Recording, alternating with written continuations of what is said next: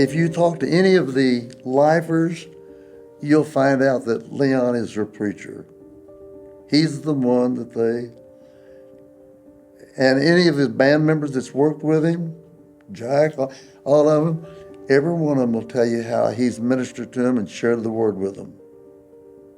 Every single one. My name is Johnny Williams.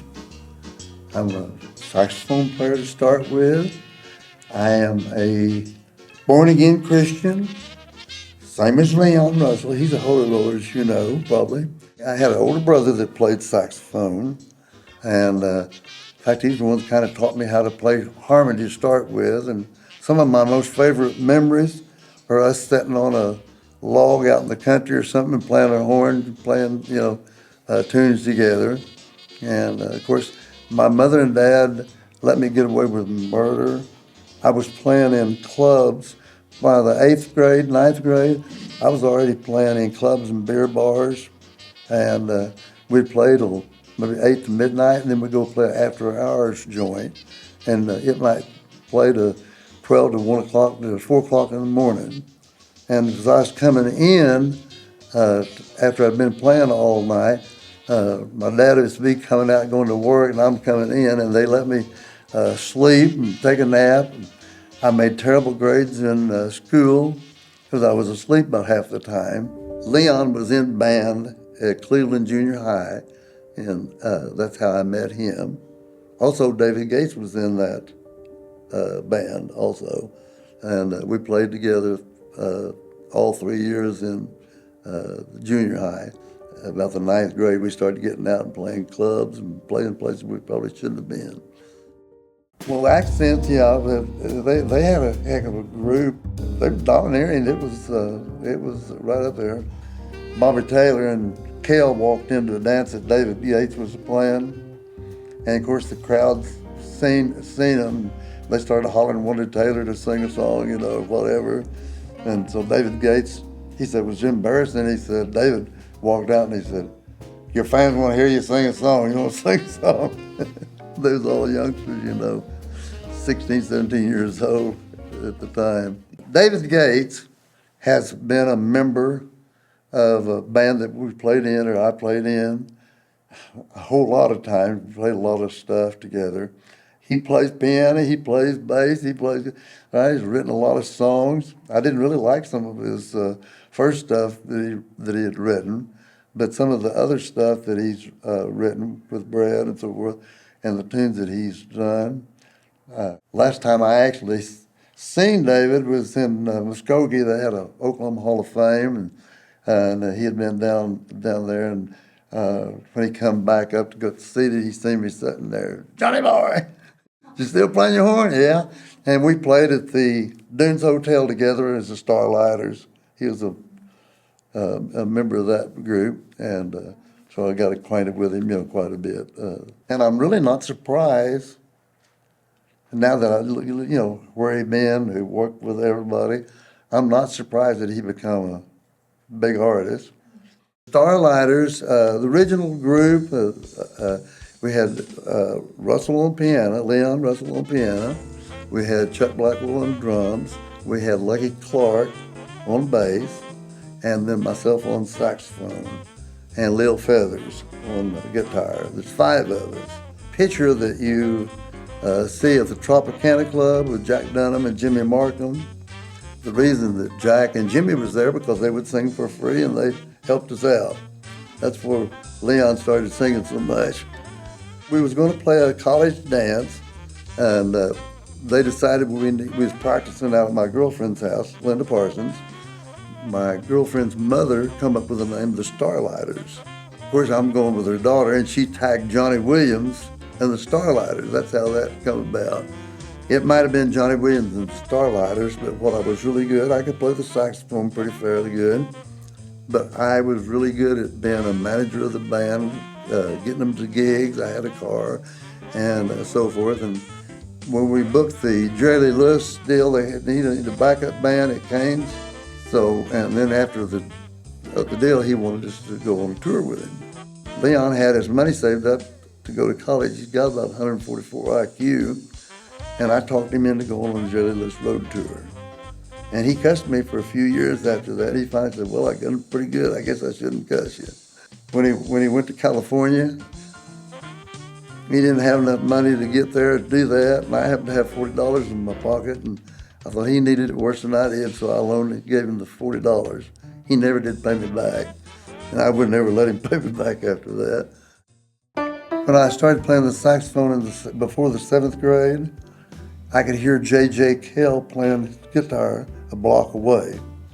And I've done countless gigs with Johnny Cale, and used to ride go-karts, go to the movie with him.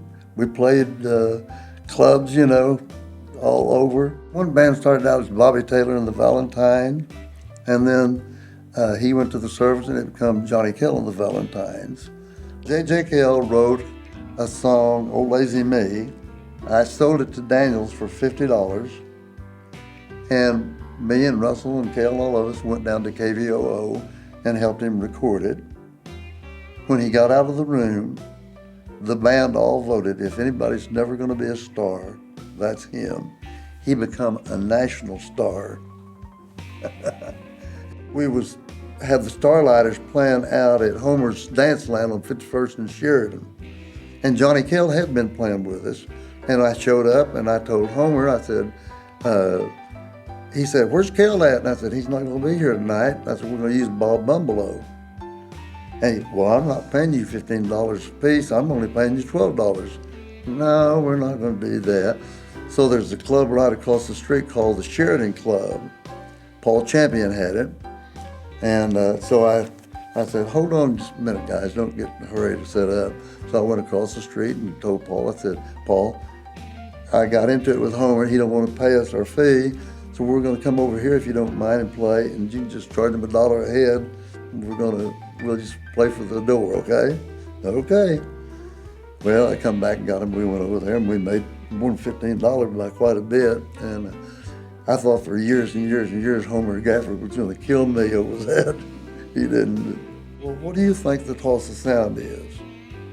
I said, well, Leon seemed to think that it's a combination of Chuck Blackwell's shuffle against Jerry Lee Lewis 8 notes. He said, well, yeah, we know. He said, I'd like to know what you think it is. I said, you really want to know?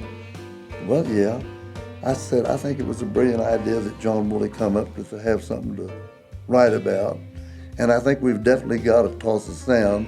If we don't, we think we do. As Glenn Campbell told Leon, according to Cher, she was doing a Wrecking Crew video, and said Leon was a little bit nervous about playing with Glenn Campbell. And when he got in there, Glenn broke the ice. He said, Leon, just play that Oklahoma stuff. That's all they want to hear anyway. After that, they got along fine. Russell told me that I asked him who is the best guitar player he ever played with. He said Campbell was the best player that he had ever played with. And then in 1973,